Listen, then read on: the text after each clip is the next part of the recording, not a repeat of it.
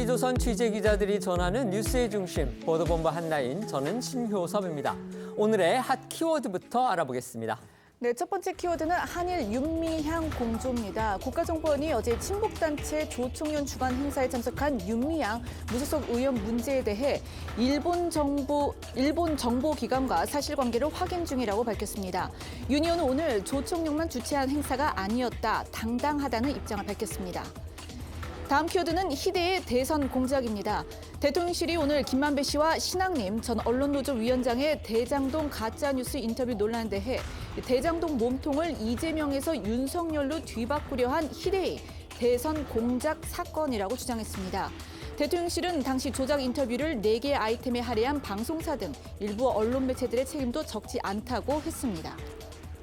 세 번째 키워드는 잡범도 단식입니다. 한동훈 법무장관이 어제 국회에서 수사나 재판에 영향을 주는 선례가 남으면 잡범도 단식을 하지 않겠냐면서 이재명 대표의 단식에 구애받지 않고 엄정하게 수사가 이루어질 것임을 강조했습니다. 이 대표는 오늘 SNS에 글을 올리고 결국 국민이 승리할 것이기에 지치지 않는다고 했습니다.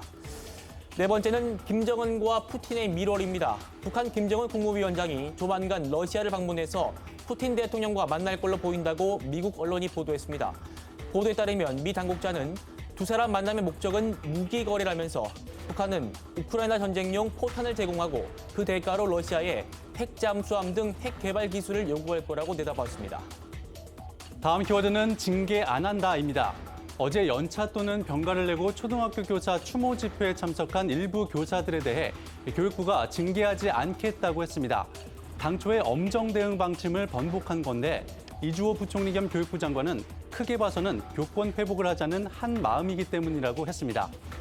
마지막 키워드는 8억 달러입니다. 이른바 계곡 살인 사건으로 1, 2심 모두 무기징역을 선고받은 이은혜가 살해한 남편 명의의 생명보험금 8억 원을 달라며 보험사를 상대로 청구한 민사소송의 1심 결론이 오늘 오후 나옵니다. 앞서 이 씨는 남편이 사망했다며 보험금을 청구했지만 보험사가 보험 사기를 의심해 지급을 거절하자 2020년 소송을 했습니다. 첫 번째 이슈로 가보겠습니다. 영상부터 확인하시죠. 일본 친북단체인 조총련 주최 관동대지젠 추모 행사에 참석해 논란이 된 무소속 윤미향 의원이 조금 전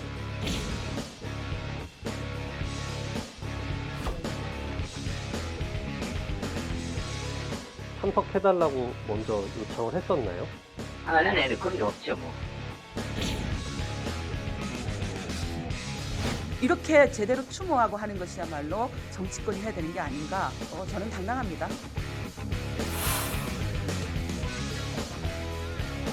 실제 상황에 대해서 파악 중인도 일본 정보기관과의 협력을 통해서 팩트를 체크 중에 있다. 반국가 행위에 대해서는 정치 진영에 관계없이 모든 국민과 함께 단호하게 대응해야 한다.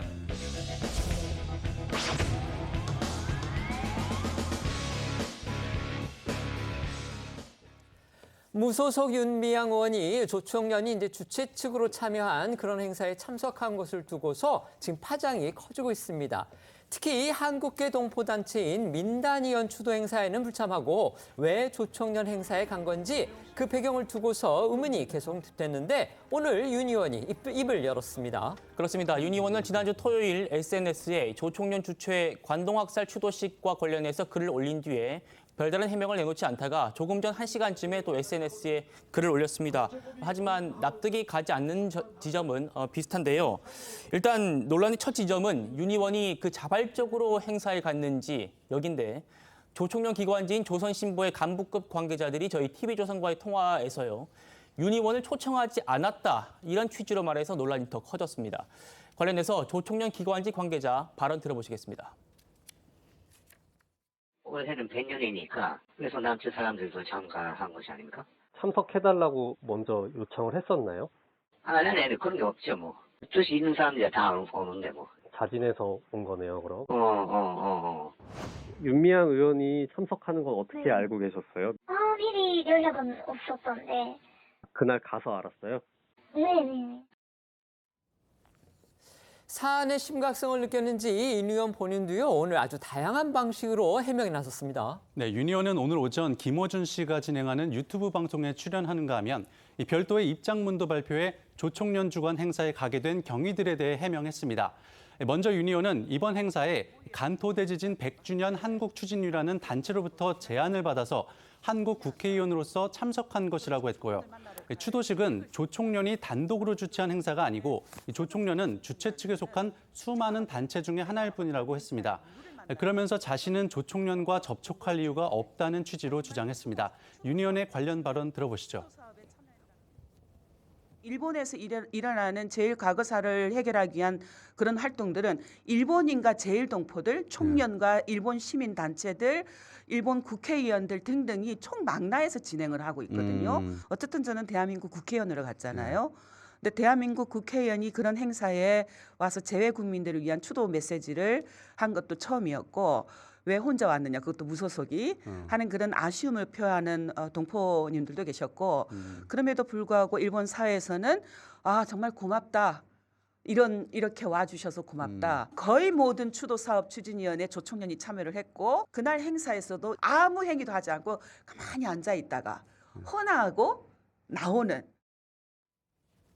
윤 의원 가만히 앉아 있다가 헌화하고 나왔다. 이제 이런 식으로 얘기를 하고 있습니다. 그런데요, 또 다른 핵심 쟁점 중에 하나는 바로 이겁니다. 그 행사에서 우리 정부를 아주 공격하는 내용의 추도사가 나왔는데 왜 대한민국의 국회의원이, 지금 윤미향 의원 본인이 그렇게 얘기를 하잖아요. 대한민국 국회의원으로 갔다. 본인이 이렇게 얘기를 했습니다. 그런데 그런 얘기를 듣고서도 왜 아무 소리도 하지 않고 항의도 하지 않고 끝까지 자리를 지켰느냐. 지금 이것도 문제가 되는 겁니다. 그 문제의 추도사 내용이 이거였었죠. 그러니까 당시 그 추도식에서는 고도구 조총련 도쿄본부 위원장이 우리 정부를 향해서 남조선 괴뢰도당 이렇게 이제 지칭을 한 것으로 전해졌는데, 이 괴뢰도당이라는 게 이제 북한이 우리나라, 그러니까 대한민국 정부를 미국의 꼭두각시라고 공격할 때 쓰는 이제 용어지 않습니까? 그렇습니다. 그런데도 불구하고 그러니까 이런 말을 듣고서도 윤 의원이 어떤 항의도 하지 않고 끝까지 자리를 지켰던 겁니다.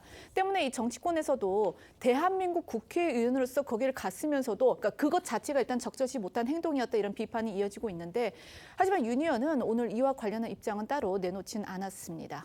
아무 문제가 없다고 생각해서 입을 닫은 건지, 아니면 자신도 뭔가 개운치 않아서 모른 척하는 건지 모를 일인데요. 사안의 파장은 이제 사법적 차원으로까지 번지고 있습니다. 특히 눈길을 끄는 건 국가정보원이 어제 국회에서 당일 윤 의원 행적을 좀 더 자세히 들여다보기 위해서 일본 정보기관과 협력하고 있다, 이런 입장을 밝힌 겁니다. 맞습니다. 자, 우리 국정원은요, 사실관계를 확인 중이다, 이렇게 밝혔습니다. 어제 국회 정보위 비공개 보고에서요, 김규현 국정원장이 윤 의원이 실제로 조총련 간부들이 있던 그 자리에서 어떤 발언과 활동을 했는지를 파악 중이고 일본 정보기관과 협력하고 있다고 말했습니다. 일본 정보기관도 이 북한과의 연계성 여부와 관련해서 조총련을 주시하고 있는 만큼 윤 의원의 행적을 파악하기 위해서 두 나라 정보기관이 협조 채널을 가동한 겁니다. 그 결과에 따라서 국정원은 윤 의원의 국가보안법 위반 여부까지 검토하게 될 거란 그런 관측도 나오고 있습니다. 어제 보수 성향 시민단체가요, 윤 의원을 국가보안법 위반 혐의로 검찰에 고발했습니다. 그래서 검찰도 수사에 착수한 걸로 확인됐습니다. 관련해서 국민의힘 정보위 간사 유상범 의원 발언 좀 더 들어보시죠.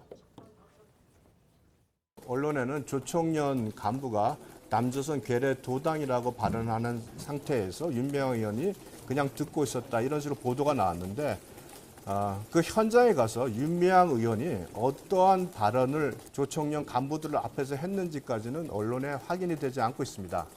그래서 실제 윤미향 의원이 그 안에서 어떠한 활동을 했는지, 현장에서 어떤 발언을 했는지에 대한 판단이 굉장히 중요한 시점이라고 생각합니다.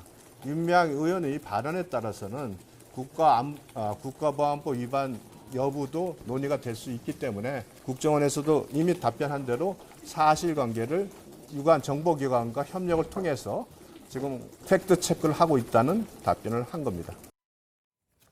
저희도 전해드렸지만 이 같은 날에요, 민단, 그러니까 우리 정부의 계열이죠, 민단 행사도 열렸습니다. 그런데 왜 윤 의원이 이런 민단은 패싱을 한 채 조총련이 참여한 그쪽으로만 갔느냐, 이것도 쟁점 중에 하나인데 윤 의원이 이 부분에 대해서도 또 다시 해명을 했죠. 네, 윤 의원은 오늘 민단 주최 행사에 불참한 것과 관련해서는 행사가 있는지 몰랐다고 해명했습니다. 또 이미 관동학살 추도식에 간다고 공지했는데도 불구하고 주일 대사관이 이 민단 행사 일정은 알려주지 않았다고 주장했습니다. 그런데 이런 해명은요, 또 말바꾸기 논란으로 이어지고 있습니다. 윤 의원이 지난 2일 자신의 SNS를 통해 민단에서 추도 행사가 있다는 사실을 들었지만 저는 초대받지 못했다. 충분히 이해가 되는 상황이었다고 말했기 때문입니다. 이처럼 당초에는 민단 행사가 있었다는 사실은 알고 있었다는 식으로 얘기를 했다가 이제 와서 행사가 있었는지를 몰랐다고 주장하니까 앞뒤가 맞지 않는 내용이라는 지적이 나오고 있는 겁니다. 윤 의원이 또 이런 얘기도 했습니다. 입장문을 보면요. 외교부는 내가 간토학살 관련 방일활동 협조 요청을 공식적으로 했음에도 왜 나한테는 주일 한국대사관과 대한민국 재외동포총회 후원으로 개최한 민단 행사를 알리지 않았을까요? 이렇게 입장문에 물었습니다. 그런데 여기서 이제 궁금해지는 건 그겁니다. 그렇다면 이 조총련 행사는 외교부나 아니면은 뭐 재외동포청에서 가라고 해서 간 거냐? 이것도 역시 윤 의원이 알아서 간 거 아니겠습니까? 이 행사는 알아서 가고 민단 행사는 왜 알려주지 않았냐? 이렇게 항의를 하는 게 과연 이거는 또 앞뒤가 맞는 것이냐? 이런 지적 나올 수밖에 없는 겁니다. 윤 의원은 조총련 행사 참석이 남북교류협력법 위반이다. 이런 지적에 대해서도 반박을 했는데요. 어떻든지 간에 사전 신고를 하지 않은 거, 이건 일단 사실로 보입니다. 네, 사전 신고를 하지 않은 건 맞습니다. 하지만 윤 의원은 오히려 이 조총련 행사는 사전 접촉 의무와 관련이 없다라는 취지로 주장을 하고 있는데요. 그러니까 이제 조총련과 접촉하지 않았다, 추모만 했다 이러면서 추모 일정은 법에서 규정하고 있는 이 사전 접촉 의무 대상 요건이 아니라면서 이 조총련과 이제 사후 접촉 행위도 없었다는 그런 논리입니다. 이 관련해서 윤 의원 발언 조금 더 들어보시겠습니다. 남북교류협력법을 위반한 적이 없어요. 왜냐하면 저는 조총련을 만나러 갈 계획을 세우지도 않았고요. 사전 접촉 신청이라는 거는 특정화가 돼야 돼요. 내가 어떤 행사에 누구를 만나러 가서 어떤 정보를 주고받을지. 하지만 추도 사업 자체는 그런 남북교류협력법의 사전 신고의 대상이 아닌다라고 저는 해석을 하고 있었고, 만약에 현장에 가서 내가 의도치 않았는데 만나게 되었다. 그러면 사후 신고할 수 있는 제도가 있는 거예요. 근데 지금 현재 관련 단체들이 그런 방식의 사후 신고했다 해서 지금 과태료를 매기고 하는 통일부가 지금 윤석열 정부 들어와서 그런 모습들을 보이고 있어서 참 이 정부가 왜 이렇게 하고 있는가라는 것을 느끼게 됩니다만은 저는 당당합니다.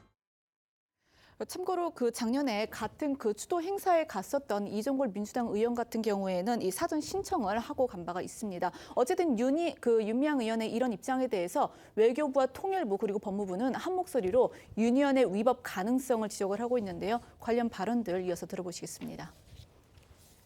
개별 사안에 대해서 그렇게 디테일까지 법무장관이 말씀드리긴 적절하지 않고요. 다만 조총련은 명백한 반국가 단체죠. 국가보안법상의 반국가 단체입니다. 윤미향 의원께서 이 문제와 관련해서 색깔론이다 이런 주장을 펴고 계십니다만은 법에는 색깔이 없다라고 하는 점을 분명히 말씀을 드리고, 윤미향 의원께서는 통일부에 사전 접촉 신고를 한 바가 없고 그렇기 때문에 이것은 법 위반에 해당된다 이렇게 봐야 되겠습니다. 윤 의원이 당초 같은 조총련계 단체인 이 조선학교 지원 시위 참석, 이것도 추진했었다는 보도가 또 나왔습니다. 맞습니다. 국민의힘이 외교부로부터 제출받은 이 윤 의원의 일본 출장 협조 관련 문건에 따르면요. 윤 의원은 예정 일정표에 1일 오후 1시 반에 조총련 주최 추도식에 참석한 뒤에 오후 4시에는 조선학교 무상화 적용 요구 집회에도 참여하기로 돼 있었습니다. 이 조선학교 역시 조총련계 단체이기 때문에 사전 접촉 신고를 해야 한다, 이렇게 통일부는 설명하고 있습니다. 윤 의원은 이 추도식이 조총련 단독 주최가 아니고 조총련 인사를 만날 계획도 없었기 때문에 아까 들으신 것처럼 남북교류협력법 사전 신고 대상이 아니다, 이렇게 주장은 하고 있습니다만, 조선학교 집회에 참여하려고 했다면 이걸 위해서라도 사전 신고를 했었어야 한다, 이런 지적이 나오고 있습니다. 하지만 윤 의원실 관계자는요, 일정표에는 조선학교 무상화 요구 시위 참석을 적어놨지만 실제로는 가지 않았다, 이렇게 해명을 했습니다. 여기서 이제 가질 수 있는 또 하나의 의문이 있습니다. 국회 사무처가 공문을 보내서, 그러니까 외교부에 보낸 겁니다. 그 일정에 그러면 붙여 있었다는 건데 조선학교 집회에 나가는 그 일정이 들어가 있었을 것이고 이거를 외교부도 그렇다면 알았을 겁니다. 그러면 조선학교 일정은 어쨌든지 간에 조총련 유관 그런 단체이기 때문에 결국 이제 친북 단체를 접촉하는 우리나라 국회의원이 그런 것을 외교부도 충분히 알고 있었을 그런 정황. 정황이 짐작이 되는데 그런데 왜 외교부에서는 그런 행사를 가는 국회의원한테 차량 협조를 했느냐, 왜 그런 요청에 응했느냐 이 부분이 또 의문으로 남는 겁니다. 맞습니다. 이 윤 의원은요, 일본 출장 관련 공문을 지난달 25일에 제출한 걸로 전해졌는데요. 국회 사무처에 국제국이 있습니다. 여기서 같은 날 외교부한테 해당 문건을 보냈다고 합니다. 이후에 윤 의원이 이 협조 공문을 통해서 주일 대사관으로부터 차량을 의전 지원받았는데요.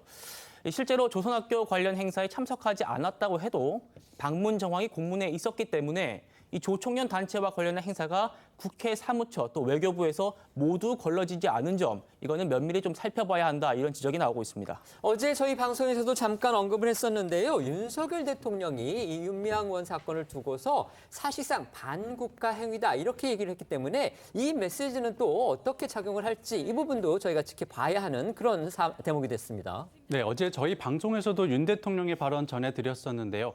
윤 대통령은 사실상 윤 의원을 겨냥해 반국가 행위에 대한 단호한 대응을 강조한 것으로 전해졌습니다.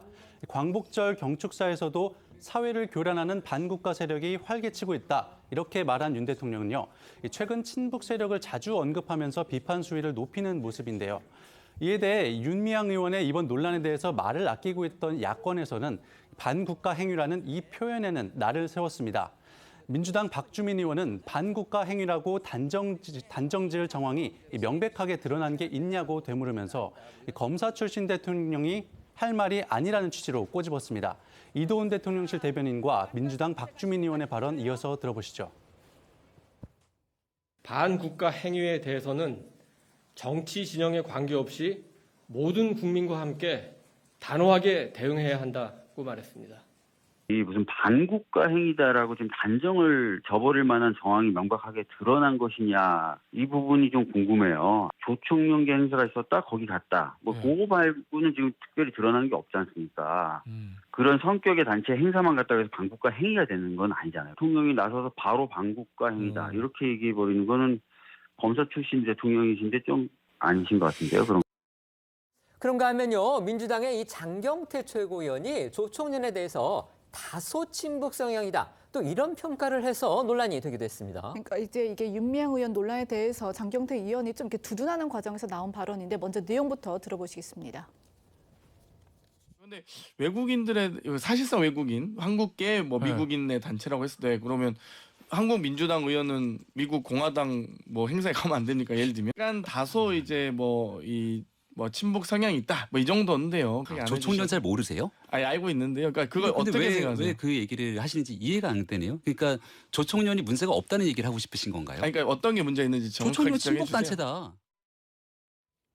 아까 다소 친북이다라는 그런 발언이 나오는데 이걸 이제 들으면 마치 이제 조총련이 그 친북 성향은 좀 띄고 있으나 법적으로는 문제가 없는 단체로 이제 오해하실 수도 있는, 그렇게도 좀 들리는 부분도 있는데, 조총련은 1955년에 창설된 이후 이 조선노동당의 외곽 조직으로서 일본에서 북한 대표부 역할을 하고 있습니다.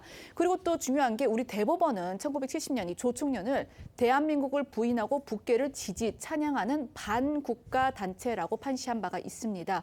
때문에 여당은 윤 의원이 이 당당한 태도를 보이는 건 결국 궤변과 침묵으로 윤 의원에 동조하고 있는 민주당이 있기 때문이라면서 이 조총련을 다소 친북 성향이 있는 정도로 치부한 장경태 최고위원이 지금의 윤미향 의원을 만들었다라고 비판을 했습니다. 일부 민주당 의원들이 간접적으로 이렇게 윤 의원을 옹호하고는 있지만요, 윤 의원이 탈당하기 전에 이 소속됐던 민주당, 공식적으로는 지금 거리를 두면서 말을 아끼는 그런 모양새입니다. 네, 민주당 지도부는 자당 출신 의원인 이 윤미향 의원의 이런 논란에 대해서 입을 닫고 있습니다. 윤 대통령은 물론이고 여당에서도 이념 공세를 퍼붓는 그런 상황에서 자칫 이 문제가 당의 악재가 될 수 있다, 이런 판단을 하는 걸로 보입니다. 여당은 애초에 윤 의원을 국회로 등원시킨 게 민주당 아니냐, 의원직 제명에 동참하라, 이렇게 압박을 하고 있는데요. 양측 목소리 들어보시겠습니다. 애초에 윤미향 의원에게 국회의원 배지를 달아준 것도 민주당 아닙니까?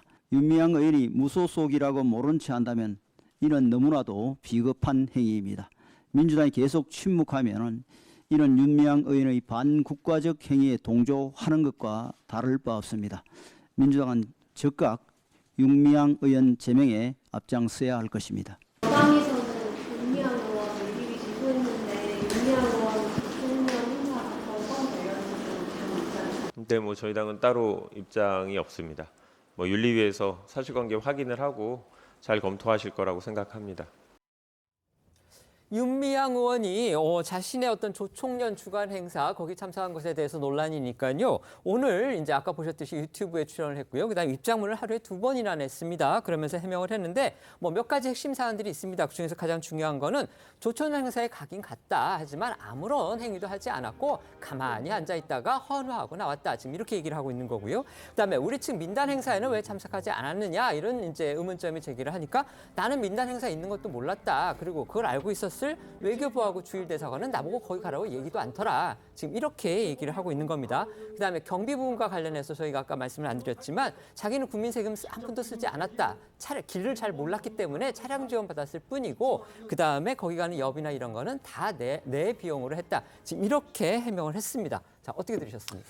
일단 좀 사전에 조금 더 철저하게 알아보고 갔었으면 더 낫지 않았을까라는 생각을 해봅니다. 물론 조총련이 주관하는 행사는 아니었던 걸로 이제 본인 말에 의하면 좀 그렇게도 보여요. 여러 가지, 단독 주체가 아니었다는 여러 겁니다. 가지 뭐 네. 100여 개 단체들이 같이 이렇게 주관을 하는 같이 주최를 하는 행사에서 뭐 꼭 조총련 행사라는 어떤 그런 선입견을 가지고 가진 않았다라는 생각이 듭니다만은 그렇다 손 치더라도 국회에서 국회의원이 어떤 행사, 외국 행사에 간다고 했었을 때는 밑에 있는 스태프들이 다 있지 않겠습니까? 그러면 이러한 행사에 대해서 과거에는 어떻게 국회의원들이 참석을 하면 어떻게 되고 이러한 절차들이 있고 예시가 있단 말이에요. 그래서 조금 더 확실히 알아보고 했다거나 아니면 민단 행사가 있다라고 했다면 그걸 참모진에서 추천을 해줬어야죠. 간 김에 그러면 민단에서 주최하는 행사도 있고 또 여기 단체에서 행사하는 행사가 있는데 둘 다 어떤 뜻은 같잖아요. 간도 대지진에 희생당한 조선인들, 그러니까 한국인들, 제1동포 한국인들을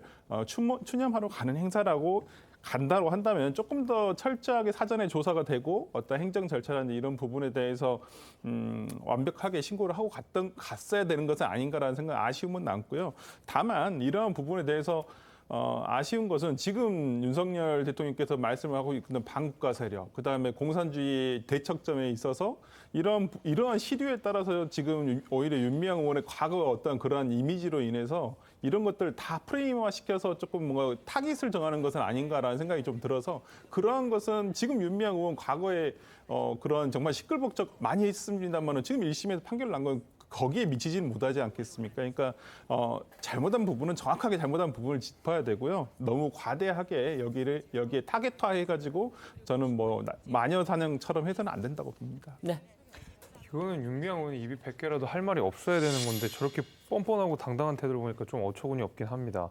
그러니까 앵커께서 질문해 주신 포인트가 3가지인 것 같습니다. 그냥 허나만 했다라는 건데 그 조총련이 주관한 행사다 아니다 뭐 언론 보도에 따라서 좀 의견이 나뉘는 건 사실입니다만은 저 행사를 주최한 단체들을 살펴보게 되면 조총련과 그다음에 조총련과 가까운 여러 단체들인데 그 단체들이라는 게 기본적으로 일본 사회당 계열에 있는 시민단체들 뭐 다른 각종 단체들인데 이들의 공통적인 특징이라고 한다 그러면 기본적으로 한국 정부를 부정하고 그러니까 남한 정부를 부정하고 북한 체제를 찬양하는 그런 단체들로 구성되어 있기 때문에 뭐 조총련이 뭐 주도했다 안 했다 문제가 아니라 거기 있었던 모든 단체들이 사실상 한국 정부를 부인하는 단체들이기 때문에 저 자리에 갔다라는 것 자체가 헌화를 했다라고 하는 것 자체가 말이 안 되는 행위라고 보고요. 게다가 뭐 민단에서 초청 없었다 이야기했지만은 얼마 전에 언론 보도에 따르면은 3.1절 행사 때는 민단 초청 없었어도 민단 행사에 가가지고 뭐 윤미향 의원이 직접 다른 의원들하고 함께 그런 그 사례가 있었기 때문에 이번에 갑자기 초청이 없었기 때문에 조총련 행사에 간다는 것도 저는 말이 안 되는 거라고 생각하고요. 국민 세금 안 들어갔다라는 저 윤미향 의원의 주장도 말이 안 되는 것이 민주당 의원들이 한동훈 장관 태도 지적할 때 항상 하는 얘기가 내가 국민의 대표로 이 자리에 왔는데 왜 태도 그렇게 하냐라고 지적하고 있거든요. 그럼 윤미향 의원도 마찬가지입니다. 본인이 움직이는 모든 스텝 하나가 국민의 대표 자격으로서 움직인다는 생각을 해야지 세금 썼다 안 썼다는 중요한 포인트가 아니라고 보거든요. 그렇다 그러면 윤미향 의원은 국민 대표로 저 행사에 가서 말 그대로 북한 체제를 찬양하고 대한민국 체제를 부정하는 저 행사에서 헌화를 하는 셈인데 저는 이거 입이 100개라도 할 말 없는 거라고 생각합니다. 네.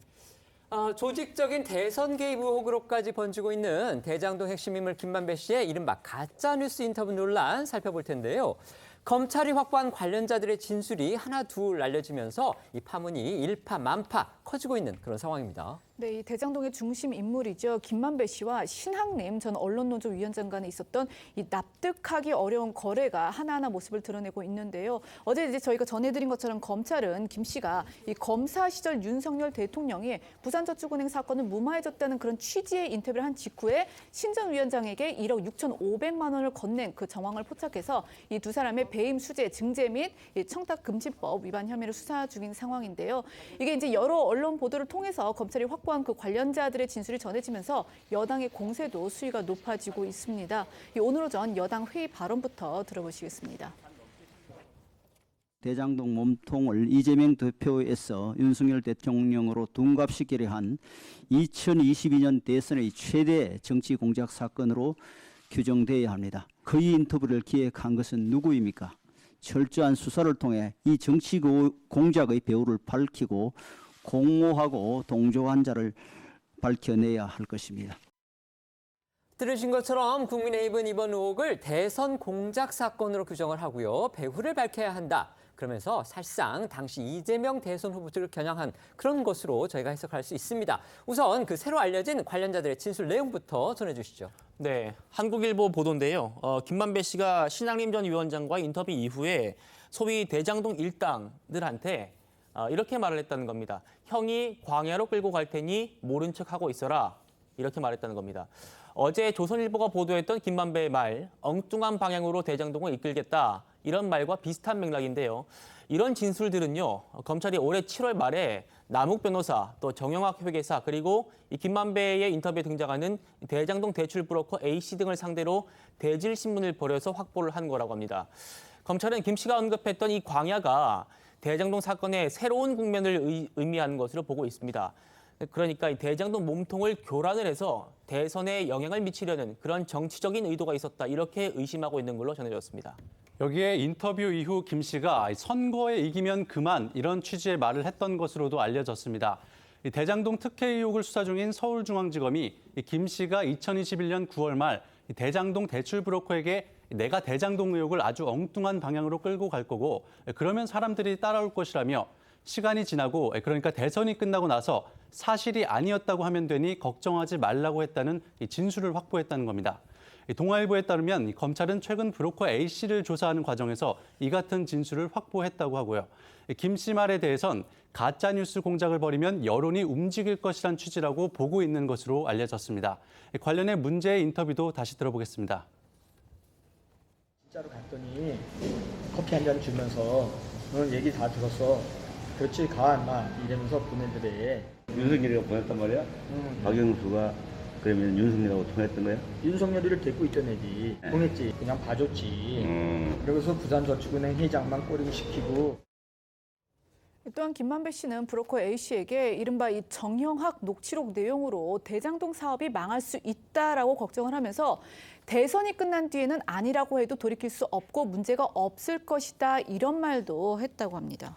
당시 김만배 씨는 이재명 후보가 대선에서 이길 거다 이제 이렇게 예상을 했던 걸로 저희가 알고 있죠. 그러니까 이제 대선이 끝난 뒤에는 이 인터뷰가 거짓이다. 이것이 밝혀져도 문제가 없을 거다. 이렇게 봤을 것이라는 추측도 가능합니다. 네, 그리고 또 이제 뭐 때가 되면 아니라고 얘기할 것이다. 대선 국면이 다 끝난 다음에는 바로 잡든 뭘 하든 이미 끝난 상황이다라는 말도 했다고 하는데 결국은 이 대장동 책임 소재를 이재명 후보에서 윤석열 후보로 돌려도 이 후보가 선거에서 이기면 책임질 일이 없을 것이란 그런 취지로 해석되는 부분이기도 합니다. 네, 어제 전해드린 대로요. 검찰은 문제의 이 인터뷰가 20대 대통령 선거 사흘 전에 공개된 점에 주목을 하면서 대선 개입 시도를 의심하고 있습니다. 2021년 9월에 이 김 씨의 인터뷰 이후에 대장동 몸통은 윤석열이라는 주장이 민주당을 중심으로 확산된 경위도 면밀히 살펴보고 있는 걸로 전해지고 있습니다.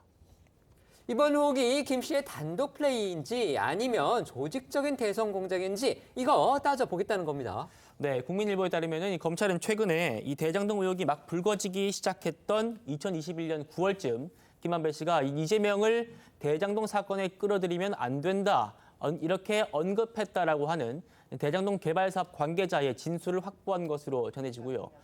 이후에 민주당을 중심으로는 이 대장동 사건 몸통은 윤석열이라는 이 프레임이 확산됐었습니다. 하지만 이 브로커 A씨가 2021년 11월 검찰 조사에서요. 나는 윤석열 검사를 만난 적이 없다 이러면서 김만배의 인터뷰 내용과 배치되는 진술을 했는데요. 지난 대선 당시에 이재명 후보와 민주당 의원들의 목소리 다시 한번 들어보시겠습니다. 그 부산저축은행 일반 대출인데 다른 건 기소하면서 그 외에 이 대장동 대출만 봐줬습니까? 한테 커피는 왜 사주셨어요? 왜 타주셨어요? 저는 그 사람 본 적이 없습니다. 아니, 참. 희한하네요. 갖다 붙이려고 10년 전 것까지. 저는 윤석열 게이트다 이게. 윤석열의 몸통이다 이렇게 생각합니다. 대장동 사건의 뿌리가 윤석열 후보였음이 드러났습니다. 음성 파일에 따르면 이재명 후보에게 누명 씌우기였습니다. 국민의힘이 지금까지 한 주장은 거짓 정치 공세인 것입니다. 윤석열 후보는 당장이라도 국민 앞에 석고대죄해야 할 것입니다. 대장동의 뿌리인 부산저축은행 대출 비리를 덮어준 몸통이 결국 윤석열 후보였다는 사실. 네, 검찰은 김 씨의 인터뷰 시점부터 보도가 나오기까지 과정에서 이 외부 세력이 개입했을 가능성도 열어두고 있는 것으로 전해집니다. 이와 관련해 한 검찰 간부는 국민일보에 이 대선 사흘 전 나온 보도가 대장동 사업 유착 의혹이 있던 이재명 후보의 경쟁 후보인 당시 윤석열 후보에 대한 비방으로 이어졌다는 점에서 사안이 엄중하다고 본다고 말하기도 했습니다. 검찰은 지난 1일 김 씨의 구속기한 만료를 앞두고 재판부에 추가 구속영장을 발부해달라는 취지의 의견서를 낸 상황입니다. 관련해서 어제 한동훈 법무장관의 목소리도 들어보겠습니다. 지금 보시는 PPT는 일종의 공작 사건입니다. 실체를 왜곡해서 선거 결과에 영향을 미치려 한 행위, 바로 공작 정책 구체적인 정황이 최근 와서야 드러났습니다. 저런 취지 등을 포함해서 검찰이 철저하게 수사 중인 것으로 알고 있습니다. 신학님 전 언론노조위원장이 이제 책값이다 이렇게 주장하는 1억 6,500만 원. 이것도 계속 논란인데 검찰은 이거 대가성일 것이다 이렇게 보고 있죠. 사실 뭐 대가성이 아니라고 보기가 더 힘들다라는 말이 나올 정도인데 이 신 전 위원장은 자신의 책에 이 언론과 재벌가 그리고 정치권의 혼맥이 이 대한민국을 좌우한다는 그런 내용이 담겨 있고 이게 세 권 한 세트의 가치가 1억 5천만 원 정도다 이렇게 주장을 하고 있습니다. 그리고 별도로 이제 나머지 뭐 1,500만 원은 부가세를 뭐 붙여 받은 걸로도 알려졌는데 그런데 이제 검찰은 이미 공개된 이 정보가 담긴 책이 한 권에 5천만 원이라는 것은 비상식적이라고 판단해서 대가성을 의심하고 있는 것으로 전해집니다. 여기 오늘 여당에서는요. 어디서 약을 파느냐는 이 영화 속 대사까지 인용한 비판이 나왔는데요. 들어보시겠습니다. 책값으로 1억 6,500만 원인가요? 이거 다 가짜 뉴스를 만들기 위한 대가 아니었겠습니까? 근데 본인들이 뭐 책 3권을 판 정당한 값이라고 하는데 정말 영화 대사에서 어디서 약을 팝니까? 국민들이 그렇게 우습습니까? 그게 무슨 조선 의궤라도 됩니까? 아니면 조선 왕조신락이라도 됩니까? 그 정말 말도 안 되는 말씀을 하고 계시는 거잖아요. 책 3권을 주고서 1억 6천만 원을 500만 원을 받았는데 내 책은 그보다 더 가치가 있어서 그렇다고? 누가 봐도 그것은 이 인터뷰가 뭔가 좀 이상한 뭐가 있지 않느냐라는 의심을 할 수밖에 없는 그런 상황이에요. 민주당 지난 대선에서 김 씨 인터뷰를 근거로 해서 아주 강하게 공세를 펼쳤기 때문에 지금 나온 의혹, 그다음에 수사의 향방 주시하고 있을 것으로 그렇게 보입니다. 자, 민주당의 반응 어떻습니까? 민주당은 일단 이번 의혹과 관련해서 당 차원의 공식 언급은 좀 자제하고 있습니다. 다만 일각에서는요, 이 진위를 더 살펴볼 필요가 있다는 신중한 분위기도 감지가 되는데요. 오늘 오전 박주민 의원의 이야기 들어보시겠습니다.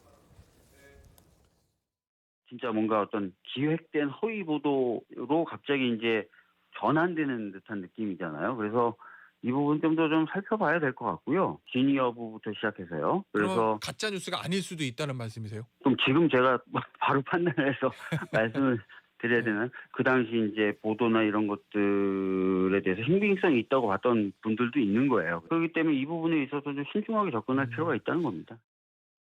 사실 이 의혹의 중요한 핵심 당사 중에 한 사람은 윤석열 대통령입니다. 윤 대통령이 대선 후보 당시에 이 인터뷰를 근거로 해가지고 아까 보셨다시피 민주당 측에 의해서 대장동의 뿌리, 몸통 이렇게 공세를 받았기 때문입니다. 이처럼 의혹이 커지니까 오늘 대통령실이 직접 나섰습니다. 이번 의혹을 희대의 대선 공작이다 이렇게 규정하고 나섰습니다. 그렇습니다. 대통령실의 입장은요. 오늘 오전에 고위 관계자 성명 형식으로 전해졌습니다. 대통령실은 대장동 사건 몸통을 이재명에서 윤석열로 뒤바꾸려고 한 정치 공작적 행태가 서서히 드러나고 있다면서 날조된 사실과 공작의 목표는 윤석열 후보의 낙선이었다고도 지적했습니다. 그러면서 이 같은 정치 공작과 가짜 뉴스는 민주주의의 최대 위협 요인이다. 이번 기회에 악습의 고리를 끊어야 한다. 이렇게 강조했습니다. 대통령실은 당시 일부 언론의 보도 태도에 대해서도 비판했습니다.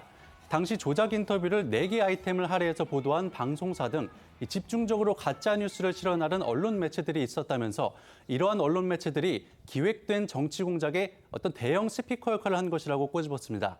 이어서 이렇게까지 비윤리적인 언론 보도를 한 이유가 무엇인지 지금의 입장도 그때와 같은지 국민께 명확히 해야 한다고 덧붙였습니다. 어제 국회에 출석한 이동관 방송통신위원장도 당시 이제 뉴스타파 등의 관련 보도에 대해서 국기문란 행위다 이러면서 엄중 조치를 예고했습니다. 네, 국회 이 과방위원장인 장제원 의원 등 이 국민의힘 측이요 김만배 씨의 이 가짜 뉴스 의혹을 거론하면서 철저한 대응을 주문을 했고 여기에 이제 이동관 위원장이 국기문란 행위다 원 스트라이크 아웃을 언급을 하면서 이 엄정 대응 의지를 밝힌 건데요. 보시겠습니다. 방통위가 예. 심각한 위기 의식, 책임 의식을 가지고 예. 엄정하게 조치를 해야 된다. 이런 가짜 뉴스를 고의로 기획하고 시나리오를 만들고 행동하는 이런 매체에 대해서는 저는 폐간을 고민해야 된다. 없애버려야 된다. 그것이 바로 원 스트라이크 아웃의 최종 단계입니다. 폐가망신시켜야 된다고 봅니다. 네, 대장동 조작. 그렇기 때문에 이른바 아니면 말고식 흑색선전으로 대선판을 엎으려는 기도는 단순히 이게 언론의 문제가 아니고 반드시 근절시켜야 할 정치 문화라고 생각합니다. 이동관 위원장 어제가 이제 그 임명 후에 국회 첫 출석이었습니다. 그럼에도 불구하고 이제 저렇게 상당히 강한 발언들을 이어갔는데요. 민주당 고민정 의원하고서는요, 이 호칭을 두고서 또 날카롭게 맞섰습니다. 두 사람이 공교롭게도 이명박 청와대 그리고 문재인 청와대 대변인을 같이 지냈다는 그런 또 공통점이 있습니다. 이게 이제 어떻게 나온 거냐면 이동관 위원장이 그 과거 BBK 사건을 이제 가짜 뉴스의 어떤 사례로 거론한 것을 두고서 고민정 의원이 그걸 이제 반박하는 과정에서 나온 건데 고 의원이 이 위원장을 이 방통위원장으로 인정을 할 수 없다면서 이동관 씨라고 이제 여러 차례 언급을 한 겁니다. 이게 이제 이 위원장이 이동관 씨가 뭐냐, 개인 이동관에게 질문을 하는 게 아니지 않느냐 이렇게 항의를 하기도 했는데 그러니까 이제 민주당 측에서는 방통위원장은 국무위원이 아니라 배석만 하는 것이다라는 고성까지도 나왔습니다. 어제 이 과방위 현장 조금 더 보시겠습니다. 제가 이제 방통위원장을 인정할 수가 없어서 답변을 듣지 않겠다. 그리고 보고도 듣지 않고 나가기도 했는데 이동관 씨가 하신 말씀 보면 BBK 주가 조작 사건이 가짜 뉴스라고요? 세상 사람들 중에 그걸 인정할 사람이 누가 있습니까? 대법원에서 17년 선고받았고요. 이게 가짜 뉴스라고요? 고민정 의원님, 제가 이거는 국무위원으로서 말씀드리는 건데 이동관 씨가 뭡니까? 개인 이동관한테 질문하는 거 아니지 않습니까? 방통위원장 이동관한테 질문하는 거 아니에요? 국무위원한테 이동관 씨가 뭡니까? 아무리 그래도. 방통위원장은 국무위원이 아니에요. 국무회의에 참석을 합니다. 배석하는 거잖아. 배석. 배석이 아니에요. 저 정식 멤버예요. 정식 멤버 아니에요. 의결만 안 할 뿐이지. 어쨌든 이 대통령실이 김만배 씨의 가짜 인터뷰 의혹을 희대의 대선 정치 공작이다 이렇게 규정을 했습니다. 이렇게 대통령실이 규정한 이상 앞으로 검찰이라든지 수사당국의 수사도 상당히 강하게 속도를 낼 것이다 이렇게 예상할 수밖에 없습니다. 이 메시지 어떻게 보십니까? 일단 대통령실이 아직 수사가 시작도 안 된 어찌 보면 수사의 초기 단계에 있는데 어떤 가이드라인을 정하는 것은 아닌가라는 너무 앞서가는 것은 아닌가라는 생각이 좀 듭니다. 대통령실이 얼마 전에도 사법부의 판단이라든지 이런 부분에 대해서도 언급을 하지 않겠다. 가급적 어디에 논평을 하지 않겠다라고 하는데 본인들이 뭐 이미 윤석열 대통령과의 어떤 대통령 후보 시절에 있었던 일이어서 그런지는 모르겠습니다만 원칙적으로라도 대통령실에서 이러한 어떤 취지의 발언을 하는 것은 굉장히 부적절한 저는 언사였다고 생각을 하고요. 뭐 어찌 되었던 간에 이런 부분에 대해서 지금 팩트 체크를 정확하게 해봐야 될 것 같아요. 뉴스타파라는 언론사를 보면 그 가장 중요한 걸 팩트 체크라고 얘기를 하거든요. 진실 보도 이걸 얘기하고 있기 때문에 과연 지금까지 드러난 내용은 뭐냐면 신앙림 씨가 인터뷰를 했다는 거, 김만배 씨로부터. 근데 김만배 씨가 돈을 줬다는 거예요. 이 두 가지가 일단 있습니다. 근데 이 가운데 어떤 커넥션이 있었는지 아니면 서로 공모를 해서 내용을 그렇게 가져간 것인지 이런 부분에 대해서는 철저하게 수사가 이루어져야 될 것 같고 일단 뭐 어떤 국민들도 이 1억 6,500만 원을 책값이라고 납득하기에는 좀 어려운 부분이 있어요. 그렇기 때문에 이런 부분은 당연히 수사를 통해서 저는 밝혀야 한다고 보고요. 뭐 신앙림 씨도 진실 얘기해야 한다고 보고 어찌됐든 간에 지금의 이러한 상황 등이 어떤 정치적인 프레임으로 가서 이걸 그냥 하나를 잡고 계속 끌고 가는 식으로 돼서는 안 된다. 그렇게 말씀드리고 싶습니다. 저 언론 보도가 처음 나왔을 때가 이제 3월 6일 저녁 늦은 밤이었고 3월 9일이 대선이었던 걸 생각해 보면 사실은 이 언론 보도대에서 사실관계를 확인하고 반론 대응을 하기에는 대단히 촉박한 시간이다. 그리고 실제적으로 바로 투표에 연결될 수 있었던 그런 사건이다라는 걸 생각해 보면 저는 가벼운 사안이 절대 아니라고 생각합니다. 굉장한 접전 상황이었죠. 그렇죠. 이제 지지율이 오르락내리락 실제로 0.73%라고 하는 아주 적은 표 차이로 윤석열 대통령이 신승했던 걸 생각해 보면 자칫 이 언론 보도의 파급력이 대선 결과를 바꿀 수도 있었다라는 이야기가 되기 때문에 저는 이 부분은 아주 엄중하게 수사를 다뤄야 된다고 생각이 되고요. 뉴스타파가 밤 거의 10시 가까운 시간에 일요일 저녁에 이 언론 보도를 했다라는 것은 저는 분명한 의도가 있다고 보입니다. 왜냐하면 이 인터뷰 내용 자체가 뭐 그날 이루어진 게 아니라 한참 전에 6개월 전에, 있었던 내용을 바탕으로 일요일 저녁 10시에 한다는 거는 무방비 상태로 그냥 이 언론 보도와 이 녹취록의 내용을 대선까지 연결시키겠다라는 의도가 저는 있었다고 보이거든요.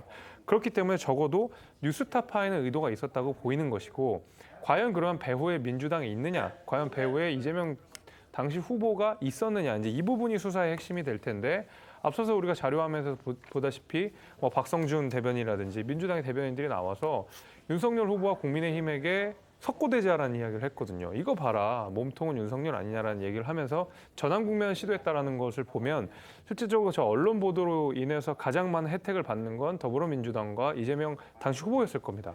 그래서 합리적인 의심은 충분히 드는 상황이고 검찰이 이 부분을 정확하게 밝혀서 만약에 공작이었다라고 하면 아주 엄중하게 책임을 물어야 된다고 생각합니다. 김 위원장께서는 합리적인 의심이라고 하셨는데 사실 입장을 바꿔놓고 생각을 하면 반대 입장에서 그런 폭로가 나왔다면 그럼 과연 윤석열 후보 측에서는 하지 않았을까 저희가 생각을 해볼 수도 있습니다. 그렇기 때문에 어쨌든 수사를 통해서 뭔가 의문점이 있다면 당연히 밝혀내야 할 걸로 그렇게 생각을 하고요. 지금 단계에서 기정사실화할 부분은 아직 하나도 없다. 이 부분 다시 한번 강조드리겠습니다. 이재명 민주당 대표의 단식 상황도 알아보겠습니다. 오늘로 6일째입니다. 어제 이어서 오늘도 이른 아침부터 이재명 대표 소회를 밝혔는데 이번에는 70, 80년대 이 민주화 운동을 언급을 해서 눈길을 끌었습니다. 네, 이재명 대표는 오늘 아침 자신의 SNS에 이제 글을 하나 올렸는데요. 이렇습니다. 피로 쟁취한 민주주의가 망가지고 군부 독재의 군합발이 사라진 자리에 검찰 독재의 서슬퍼런 칼날이 대신하고 있다. 이렇게 적었습니다. 그러면서 자신이 단식으로 느끼는 고통이 있다고 해도 감히 군합발에 짓밟혀가며 이 민주공화국을 만들고 지켜낸 선배들과 비교할 수 있겠느냐면서 오늘 또 지치지 않겠다 이렇게 각오를 밝혔습니다. 결국 이제 자신의 단식도 어쨌든지 간에 민주화 운동이다. 뭐 이런 맥락으로 저희가 볼 수가 있겠고요. 이 대표 어제는 힘이 점점 빠지고 있다. 이렇게 토로하기도 했다고 합니다. 그렇습니다. 어제가 이제 오늘이 6일째고 어제가 5일째였는데요. 국회에서 열린 윤석열 정부 규탄 촛불 집회에 이 대표가 참석을 했습니다. 이 대표 다소 힘에 부친 듯 짧게 연설을 마쳤는데요. 힘이 조금씩 빠지고 있다. 내가 힘이 빠지는 만큼 여러분이 조금 더 힘을 내달라. 이렇게 호소를 했습니다. 하지만 어제 저희도 전해드린 대로요. 국민의힘 그리고 여권 지지자들을 중심으로 해서는 여전히 이 대표가 제대로 단식하는 거냐. 그 단식의 진정성을 의심하는 목소리 나오고 있습니다. 네, 이 대표가 수시로 보온병에 든 물을 마시고 티스푼으로 식품 용기 속 소금을 떠먹는 모습을 보이니까 이 국민의힘과 여권 지지자들 사이에선 이 대표가 섭취하는 게 물과 소금이 맞냐, 또 다른 걸 먹는 건 아니냐 이런 의심이 나오고 있는 겁니다. 이 대표 이런 논란을 의식한 듯 단식 현장을 생중계하는 유튜브 방송에서 자신이 먹고 있는 것을 하나하나 확인시켜주기도 했습니다. 어제 촛불문화제에서 나온 이 대표 목소리 영상으로 보시죠. 제가 조금씩 힘이 빠져가는 만큼 여러분들이 조금 더 힘을 내주십시오. 제가 점점 행동하기 어려워져가는 만큼 여러분이 더 행동해 주시겠지요? 이게 죽이라고 돼 있어서 물입니다. 물. 죽이 아니고 물.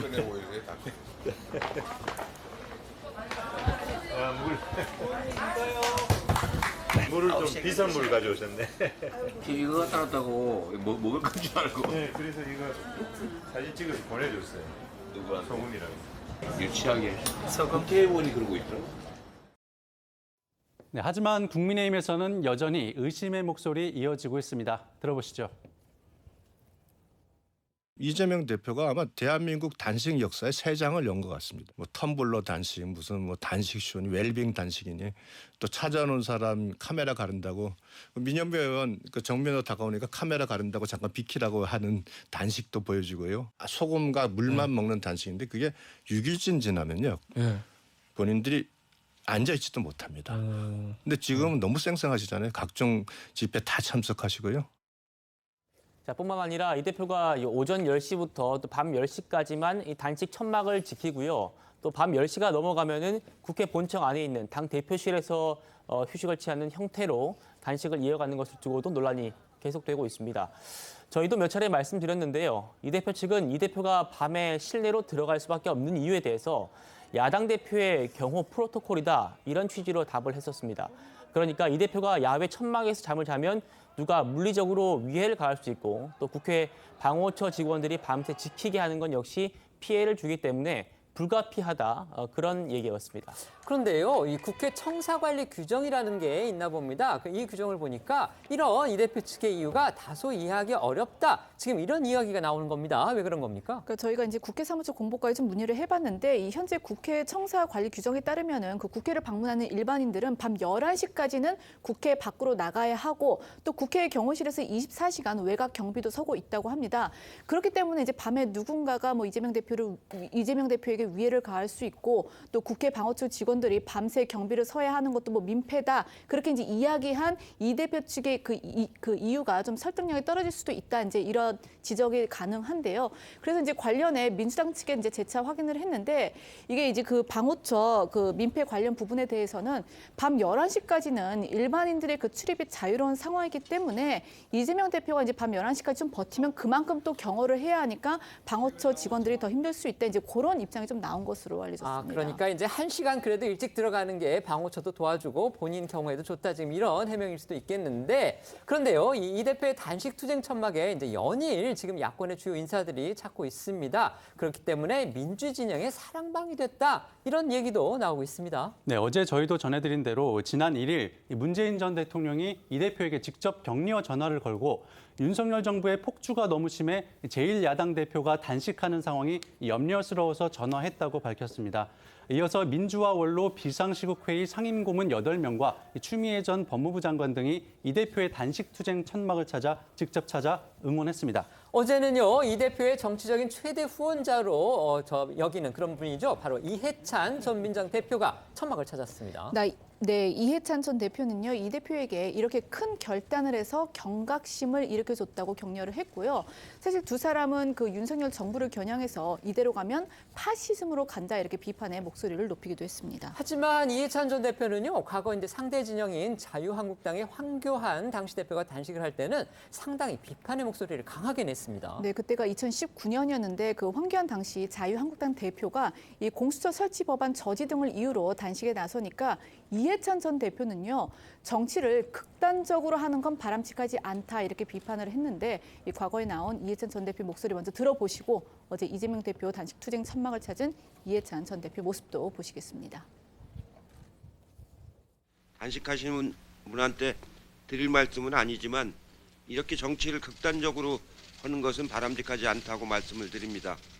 오히려 국민들에게 더 정치에 대한 불신을 더 높이는 그런 결과를 가져올 겁니다. 단식을 중단하시고. 체크는 하고 있어요? 네.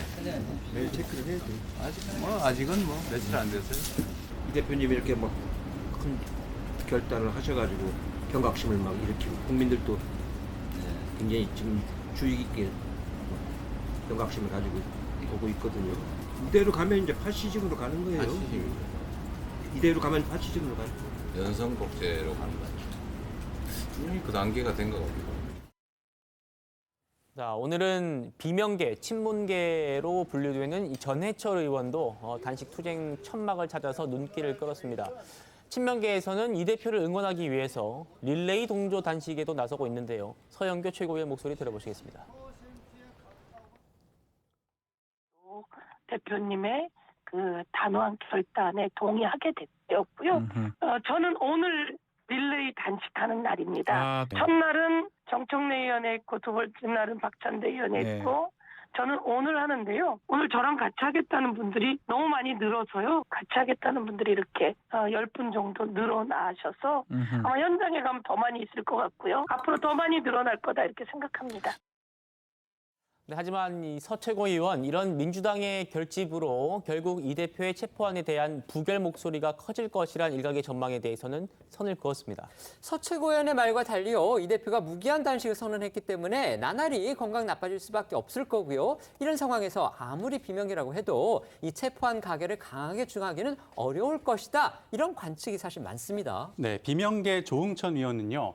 당내에서 부결 목소리가 커졌는지는 잘 모르겠다고 말을 아끼면서도 당대표가 목숨을 걸고 단식을 하고 있는데 체포안을 가결시켜야 된다. 이렇게 대놓고 얘기하기가 야박하기 때문에 말을 못하는 거 아니겠냐. 이렇게 밝혔습니다. 이 대표의 건강 문제로 검찰 수사도 힘들어질 것이라고 전망했습니다. 또 조 의원, 이 대표의 단식이 핵심 지지층은 결집시킬지 몰라도 외연 확장엔 한계가 있다고 꼬집기도 했는데요. 들어보겠습니다.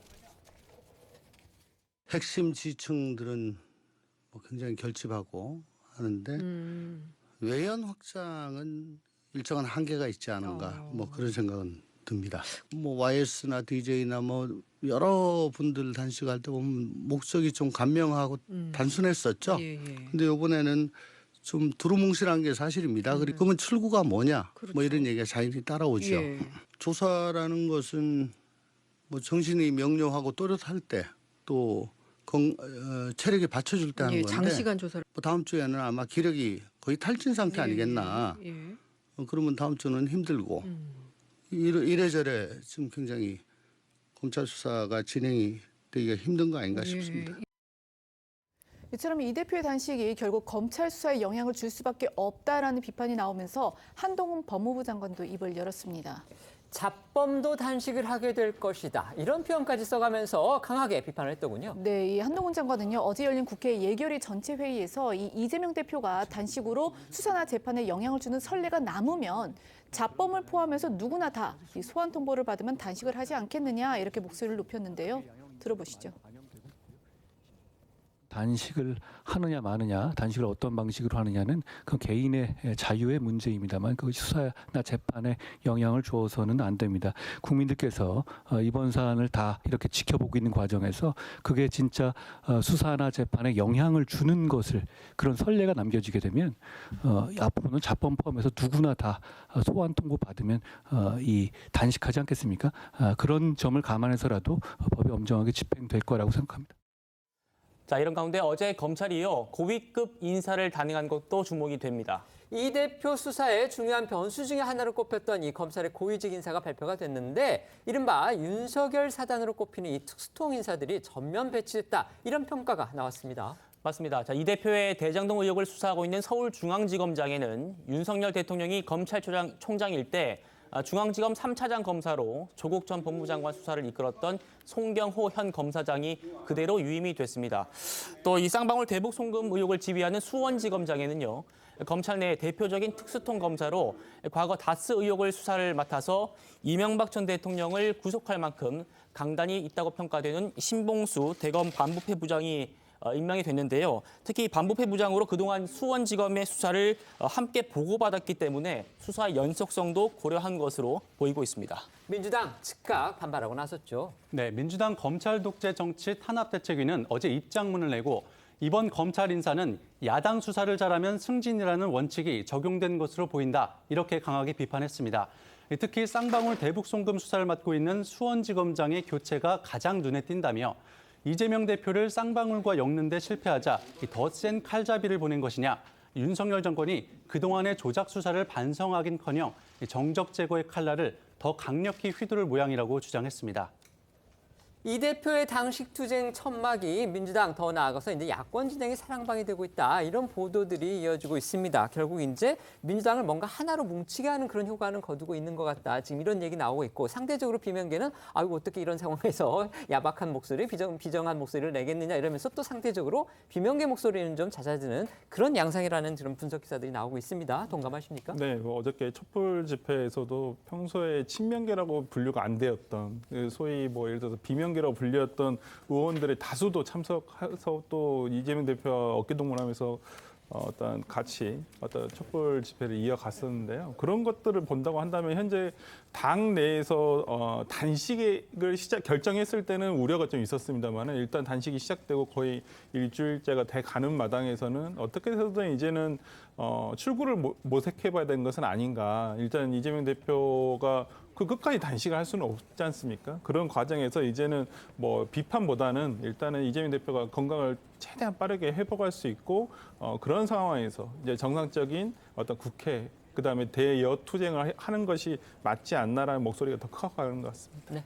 그러니까 뭐 말씀하신 대로 민주당 내에 당내 어떤 세력 간의 집결은 되겠지만은 애초에 단식을 하기로 했었던 목적은 이제는 다들 기억하지 않는 것 같습니다. 뭐 세 가지 목적을 걸어서 윤석열 정부를 규탄하겠다고 했는데 뭐 그런 이야기들은 전혀 나오지 않은 상황에서 민주당의 어떤 당내 세력들을 결집하는데 최대 효과를 지금 내고 있는 상황이거든요. 그러면 저는 목적은 분명해 보입니다. 일단은 소환을 피하는 게 목적인 것 같고요. 두 번째는 혹여나 체포동의안이 국회에 어떤 표결이 붙여질 때 말씀하신 대로 결집된 민주당 세력으로 이거를 부결시키겠다라는 목적이 좀 분명해 보입니다. 그러다 보니까 계속 명분 없는 단식 아니냐라는 비판이 있을 수밖에 없고 이재명 대표의 어떤 단식이 저는 이제 출구 전략이 좀 필요하다고 생각합니다. 뭐 목적을 달성할 수 없는 이런 그 단식인데 뭐 그렇다고 무기한 연기할 수 있는 건 아니기 때문에 적당한 선에서 뭐 몸 상하기 전에 그만두시는 게 맞지 않나 생각합니다.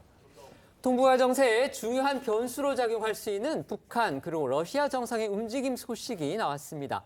김정은 북한 국무위원장이 이달 중에 러시아를 방문해서 푸틴 대통령하고 무기 거래 문제를 논의할 거다. 이런 미국 언론의 보도가 나왔습니다. 네, 뉴욕타임스 보도인데요. 이 신문은요, 이 미국 정부 관계자를 이용해서 김 위원장이 열차를 타고 블라디보스토크로 이동을 한 뒤에 이 푸틴 대통령과 회담할 가능성이 높다라고 전했습니다. 그 시기와 장소는요, 이달 10일에서 13일까지 이 블라디보스토크에서 열리는 동방경제 포럼인데 여기에서 이제 두 정상이 만날 수 있다는 겁니다. 다만 김 위원장이 모스크바까지 이동할 가능성도 배제할 수 없다는 그런 관측도 나오고 있습니다. 사실 이 미국과 러시아의 정상회담 이런 건 굉장히 외교 정보상에서는 굉장히 핫한 정보고요. 그다음에 고급 기밀에 속합니다. 그런데 이 미국 정부 당국자들이 요즘 들어서 계속 이 같은 고급 기밀 정보를 계속 확인을 해주고 있습니다. 역시 이번 정상회담 관련 건도 정보를 확보했다. 이러면서 보도 내용을 사실상 확인했습니다. 맞습니다. 백악관 국가안보회의는요, 뉴욕타임스 보도를 확인해달라는 그 기자들 질문에 김정은 위원장은 러시아에서 이 정상급 외교 접촉을 포함해서 북러 간의 무기 거래 협상이 지속되길 기대하고 있다는 그런 정보가 있다. 이렇게 사실상 확인을 해줬습니다. 이를 두고서 미국 언론을 비롯해서 우리 언론도 마찬가지고요. 결국 이 두 정상 간에 뭔가 그 무기 거래나 이런 부분을 미리 막기 위해서 미국 정부가 고의로 이런 고급 정보를 흘리고 있다. 지금 이런 해석까지 나오고 있는 상황입니다. 시청자분들 기억하듯이 지난 7월이었습니다. 러시아의 국방장관이 북한을 찾았는데 이때가 이 북러 군소 협력이 강화된 결정적 계기였을 것이다. 지금 이런 분석이 나오고 있습니다. 그렇습니다. 러시아 국방장관이 정전협정 70주년을 맞아서 지난 7월 말에 평양을 찾았었죠. 러시아 국방장관이 방북을 한 건 1991년 소련 해체 이후 처음입니다. 우크라이나 전쟁을 지휘하고 있는 이 수장이기 때문에 그 방북이 무기 거래와 관련이 있을 수밖에 없다. 이런 관측이 제기가 된 겁니다. 또 이 김정은 위원장이 무기 전시회에서 이 러시아 국방장관한테 대륙간 탄도미사일과 또 신형 무인기를 직접 소개하기도 했었는데요. 관련 목소리 듣고 오시겠습니다. 김정은 동지께서는 세르게이 쇼이구 동지와 함께 신형 무장 장비들을 돌아보셨습니다. 조선인민군이 장비하고 있는 무기 전투 기술 기재들에 대하여 소개하시고 세계적인 무장 장비 발전 추세와 발전 전략에 대해 이야기를 나누셨습니다. 최근 백악관은 이 방북의 진짜 목적이 러시아가 북한에 포탄을 팔아달라고 설득하기 위한 것이었다고 밝혔습니다. 이례적으로 김정은 위원장과 푸틴 대통령이 이후 친서를 주고받았다는 첩보까지 공개하기도 했습니다. 백악관은 이런 정황을 볼 때 북러 무기 협상이 활발히 진전되고 있다고 평가하면서 러시아 관리들이 후속 협상을 위해 다시 평양에 갔다고도 전했습니다. 그렇다면 이제 김정은 위원장이 푸틴 대통령하고 만나서 과연 양측은 무엇을 얻을 수 있을지 이 부분도 궁금해집니다. 네, 뉴욕타임스 분석에 따르면요. 푸틴 대통령은 포탄 그리고 대전차 미사일, 이 우크라이나 전쟁에 필요한 이런 군사 무기들을 원하고 김정은 위원장은 인공위성 또 핵 추진 잠수함과 관련한 첨단 핵 기술 또 식량 지원을 원한다 이렇게 분석을 하고 보도했습니다. 서방 전체와 대치를 하고 있는 러시아로서는 전쟁 장기화로 무기 부족을 겪고 있기 때문에 전쟁에 직접 당장 쓸 포탄이 시급한 그런 상황입니다. 미 백악관은 이에 대해서 러시아의 절망과 나약함이 반영됐다 이렇게 말을 한 바 있습니다. 북한은 핵미사일 고도화에 도움이 될 첨단 기술을 원할 가능성이 높아서 우려가 큰 상황입니다. 외화도 벌어들이고 무기 성능도 향상시킬 수 있는 기회를 북한이 놓치고 싶지는 않겠죠. 또 미국 달러나 중국 위안화 등 현찰을 요구할 가능성도 있습니다. 이에 대해 미국과 서방은 북러 무기 거래는 유엔 안보리 결의를 직접적으로 위반한다고 경고하고 있습니다만 러시아가 안보리 상임이사국인 상황에서 실효적인 제재 수단은 마땅치 않은 상황입니다. 어쨌든 이 북한과 러시아가 무기 거래까지 합의를 한다면 이거는 북중러대 한미일 이 대결 구도를 더욱 고착화시키고 강화하는 것이기 때문에 이 동북아 안보 지형에는 상당히 중요한 변수가 될 것이다. 이런 분석이 나오고 있어서 저희가 그 상황 계속 주시해야 할 것으로 생각이 됩니다. 지금부터는 어쩌다 이런 일이 코너로 이어가겠습니다.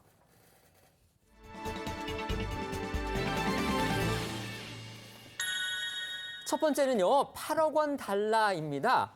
계곡살인 사건의 피의자죠. 이은혜의 모습이 보입니다. 네, 이 계곡살인 사건, 이은혜가 지난 2019년이죠. 경기 가평의 한 계곡에서 내연남 조현수와 함께 수영을 못하는 남편 윤모 씨에게 다이빙을 하도록 강요를 했고 또 구조 요청을 묵살해서 결국 남편을 숨지게 한 사건입니다. 이은혜와 내연남 이 조현수는요, 사실 이 계곡 사건 전에도 이 강원도의 한 펜션에서 독성 물질인 이 보거 종소 피 등을 이제 좀 섞은 음식을 윤 씨에게 먹이기도 했고 또 이 용인의 한 낚시터에서 윤 씨를 이 물에 빠뜨려 살해를 시도한 그런 혐의도 함께 받고 있는데요. 앞서 이 두 사람은 검찰의 첫 소환 조사를 받은 뒤에 잠적을 했고 결국 공개 수배 끝에 검거가 됐습니다. 그리고 1심과 2심 모두 실형을 선고받고 현재 복역 중인데요. 그때의 모습과 함께 유가족의 목소리도 다시 한번 들어보시겠습니다. 살인 혐의 인정하십니까? 보험금을 노리고 그렇게 하신 건가요? 5개월간 어디 숨어 계셨습니까? 유족께 더 할 말 있으십니까? 들어올 때 전혀 고개도 안 숙이고 반성의 여지가 없었던 것 같습니다. 제가 봤을 때는 그렇습니다. 많이 힘들었고 고통스러웠는데 지난 3년 동안 저희가 겪었던 고통, 이은혜, 조현수 그 사람들이 다시금 저희와 똑같이 그렇게 동일하게 그렇게 겪었으면 하는 마음이 듭니다. 네. 이은혜는 2심에서 1심도 마찬가지고요. 무기징역을 선고받았고요. 조현수는 징역 30년을 선고받고 지금 감옥에 있습니다. 그런데 이은혜가 이 자신이 살해한 혐의를 받고 있는 남편의 보험금을 달라 이런 민사 소송을 낸 겁니다. 그렇습니다. 이은혜는 2019년 남편이 사망한 이후 보험사에 남편의 사망 진단서 등을 첨부해 남편의 생명보험금을 청구했었는데요. 보험사 측에서는 이 씨가 나이와 소득에 비해서 생명보험 납입 액수가 큰 점과 보험 수익자가 법정 상속인이 아닌 모두 이 씨인 점 등을 이유로 보험 사기를 의심해 보험금 지급을 거절했습니다. 그러자 이은혜는 보험사를 상대로 남편 명의로 가입한 생명보험금 8억 원을 달라는 민사소송을 제기했습니다. 이은혜 보험금 소송 2021년에 이제 그 첫 변론기를 열렸고 오늘 지금 결과가 나올 그런 예정이었는데 방금 이제 속보가 들어온 거에 따르면 일단은 기각이 된 걸로 그렇게 지금 들어왔습니다. 좀 더 자세한 내용은 저희가 들어오는 대로 다시 전해드리도록 하고요. 일단 저희가 준비한 소식 계속 전해주시죠. 네, 이은혜의 보험금 소송은요. 지난 2021년 6월에 첫 변론기일이 열렸었습니다. 이은혜의 형사사건 결과가 나오기 전까지 기일이 잡히지 않다가요. 지난 4월에 이은혜가 살인 혐의로 항소심에서 무기징역을 선고받으면서 변론이 재개가 됐습니다. 팬 서비스 감론을박입니다. 가수 이승기 씨의 모습이 보이는군요. 네, 이 가수 겸 배우 이승기 씨가 데뷔 이후 첫 미국 투어에 나섰는데 그런데 이 미국 투어 도중에 팬서비스 논란에 휩싸여서 이 네티즌들의 갑론을박까지 벌어지고 있는 상황입니다. 이승기 씨는 지난달 말에 이 공연이 있었는데 지난 8월 26일 LA를 시작으로 해서 30일 애틀란타까지 미국 투어 공연을 마쳤습니다. 이 공연에 앞서 이승기 씨는요, 홍보 영상을 통해서 처음으로 진행하는 미국 투어에 대한 기대와 설렘을 드러내기도 했는데 그때 모습 잠시 보시겠습니다. 처음으로 하는 북미 투어 콘서트다 보니까 우리 교민분들을 직접 만날 수 있다는 생각에 굉장히 설레고 있습니다. 여러분들의 그 한국의 향수와 그 즐거움을, 추억을 소환할 수 있는 노래들을 가득 준비해서 여러분들을 찾아가도록 하겠습니다. 네, 그런데 현지 매체가 이승기 씨가 애틀란타 공연을 스폰서해준 교민이 운영하는 식당에 방문하기로 예정돼 있었는데 이승기 씨 측에서 컨디션 조절이 필요하다는 이유로 당일 취소했고 공연 관계자들이 변경된 일정으로 스폰서들의 항의를 받아서 난처한 상황에 놓였다고 보도한 겁니다. 이 과정에서 이승기 씨가 미국 교민 사회를 무시하고 또 팬 서비스를 소홀히 한 것 아니냐는 의혹이 일기 시작한 겁니다. 이승기 씨 측에서 해명 또 내놨죠? 맞습니다. 이승기 씨 소속사는요, 교민을 무시했다는 일각의 주장을 부인했습니다. 한인 식당 방문 취소는 LA 공연 이후에 비행기를 타고 애틀란타로 넘어갈 때 허리케인으로 도착이 지연이 돼서 이 공연을 앞둔 이승기 씨의 컨디션이 좋지 않았다. 그래서 사전에 양해를 구했다, 이런 설명을 했습니다. 또 종업원과 사진을 찍는 부분까지는 구두로 협의된 부분이었지만 이걸 SNS에 행사처럼 홍보가 됐다면서 협의되지 않은 일정들이 외부에 공개됐다. 그래서 불편한 기색도 표현을 했습니다. 기존 식당에서 이벤트나 팬미팅과 같은 행사였다면 당연히 참석했을 건데 이렇게 덧붙이면서 현장에 방문하지 못한 이유를 전했습니다. 하지만 애틀란타 교민과 스폰서 측은 현지 교민 매체를 통해서 이승기 씨의 해명을 반박을 했습니다. 이들은 이승기 씨 측이 거액의 후원금과 최고가 티켓 구매 등을 약속받고 식당 홍보를 진행하기로 했다면서 이 사전 협의 없이 불참했고 사진 촬영도 불가할 만큼 컨디션이 나빴는지 의문이다라고 비판을 했습니다. 이어서 이것이 명백한 동포 무시라고도 강조를 했습니다. 자, 이를 두고 네티즌들도요, 감론을박을 벌이고 있습니다. 이승기 씨를 향해서 약속은 안 지키고 당사자는 손해가 없고 업체만 손해인 건데 이건 노쇼 아니냐? 거나 또 스폰서가 유명 기업에서도 그랬을까? 이런 비판 반응도 있는 반면에요. 식당 측이 과대 홍보한 거 아니냐? 또 공연을 앞둔 가수가 밤 10시를 넘겨가지고 식당을 찾는 거는 무리다. 이런 이승기 씨를 옹호하는 입장도 이어졌습니다. 논란이 이렇게 커지니까요. 이승기 씨 소속사가 어제 다시 2차 입장을 내놓으면서 재반박을 했습니다. 네, 이승기 씨 소속사는 입장문을 통해서 이승기 씨는 해당 식당에서 어떤 형태로든 팬미팅이 진행되는 것에 동의한 적이 없다면서 이 식당의 스폰서라는 관계는 현지 공연 기획사가 진행한 것이고 그 사이에서의 계약 내용은 전혀 알지 못하고 있으며 특히나 금전적인 부분에서 아티스트나 소속사가 관련된 일은 절대 없다고 반박했습니다. 이어서 해당 일 식당에 계셨던 관계자 및 지인 몇몇을 미국에 사는 한인 전체를 대표하는 교민으로 포장해서 악의적으로 아티스트를 흠집내려는 것에 유감을 표한다고 덧붙였습니다. 한편 이승기 씨의 미국 투어 공연 관련 논란은요, 지난 2일에 예정되었던 뉴욕 공연이 취소된 이유가 이 티켓 판매 부진이라는 의혹도 더해지면서 논란이 커진 점도 있습니다. 관련해서 이승기 씨 소속사는요, 현지 공연장 사정 때문이다, 이렇게 부인을 하기도 했습니다. 세 번째는요, 착한 차주의 정체입니다. 이번에는 가수 김민종 씨 얼굴이 보이는군요. 네, 가수 겸 배우 김민종 씨의 미담이 뒤늦게 알려져 화제인데요. 이 연합뉴스 TV에 따르면요, 지난 1일 밤 이 경찰을 몰던 한 40대 여성이 아파트 지하 주차장에서 실수로 접촉 사고를 냈는데 이 상대 차량이 바로 말로만 듣던 롤스로이스라서 이 당시 경차 운전자가 상당히 좀 당황을 했다고 합니다. 이 경차 운전자가 사고를 낸 해당 롤스로이스 차량은요, 많이들 알려져 있지만 5억 원이 넘는 것으로 이렇게 알려져 있고요. 이 경차 운전자는 이 접촉한 차량 부위 사진을 바로 찍어서 곧바로 이 해당 차주에게 문자 메시지로 연락해서 취했는데 하지만 이제 오랜 시간 답이 오지 않아서 비용이 얼마나 나올지 정말 걱정을 했다. 이게 좀 속이 타들어갔다고 전했습니다. 그런데 12시간 만에 드디어 해당 차주에게 연락이 온 건데 해당 차주는 이 차량에 사고가 난 부분을 좀 밝은 데 가서 보겠다면서 전화를 끊더니 문자 메시지로 답장을 보냈는데 매장에서 보니까 살짝 까진 정도인데 괜찮은 것 같다. 아무튼 연락 주셔서 감사하다라며 오히려 감사의 말을 전했다고 합니다. 그런데 이 메시지의 정체 바로 김민종 씨였다 이거군요. 네, 경차 운전자는 이 수소문 도중에 연예인 차량이라는 얘기를 들었다고 전했는데 알고 보니 차량 주인의 정체가 바로 김민종 씨였던 겁니다. 김민종 씨는 오히려 차주분이 연락 줘서 감사했다. 알아서 수리할 수 있는 부분이라고 밝혔다고 하는데요. 경차 운전자도 요즘 많이 무서운 세상인데 굉장히 삭막한 세상에서 위로가 됐다며 김민종 씨에게 감사하다는 입장을 재차 전했습니다. 이 김민종 씨의 미담이 전해지니까요. 네티즌들의 칭찬도 쏟아지고 있습니다. 김민종 씨가 과거에 출연해 큰 인기를 모았던 드라마 신사의 품격에 빗대 진짜 신사의 품격이란 칭찬이 줄을 이루고 있습니다. 저희는 1분 뒤에 다시 돌아오겠습니다. 오늘 준비한 소식은 여기까지입니다. 저희는 내일 오후 1시에 더 핫한 소식으로 찾아뵙겠습니다. 시청해 주셔서 고맙습니다.